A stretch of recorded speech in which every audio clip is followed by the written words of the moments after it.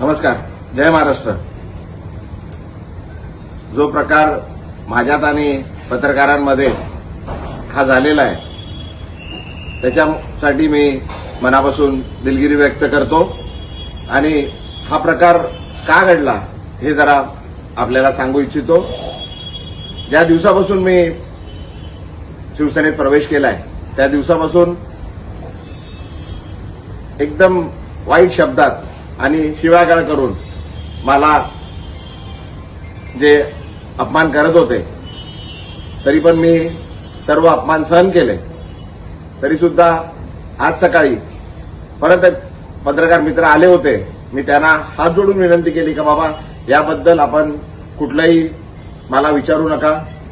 जे मला काय बोलायचं होतं ते मी सर्व बोलून झालेलं आहे. आता कृपा करून काय बोलू नका. मी हात जोडून त्यांना विनंती केली. वारंवार मी सांगत आलेलो आहे का बाबा हे सर्व प्रकार हा माझा आहे.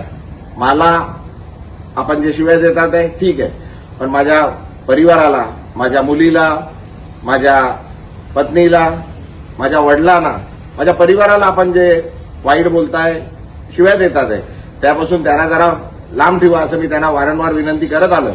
तरी सुद्धा आज सकाळी पण पुन्हा एकदा माझ्या पत्नीबद्दल, माझ्या वडिलांबद्दल वाईट शब्द, वाईट गोष्टी सांगण्यात आल्या, खोट्या गोष्टी सांगण्यात आल्या आणि तरी ते पत्रकार त्याच गोष्टी परत विचार न करता आल्या.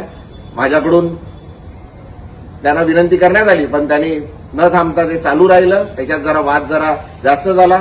माझ्याकडून चुकीने काहीतरी अपशब्द निघाले.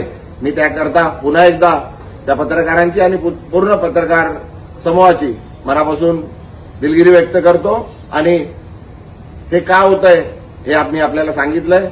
कृपा करून आपण मी जे केलंय, मी जे प्रवेश केलाय त्याच्यासाठी ठीक आहे.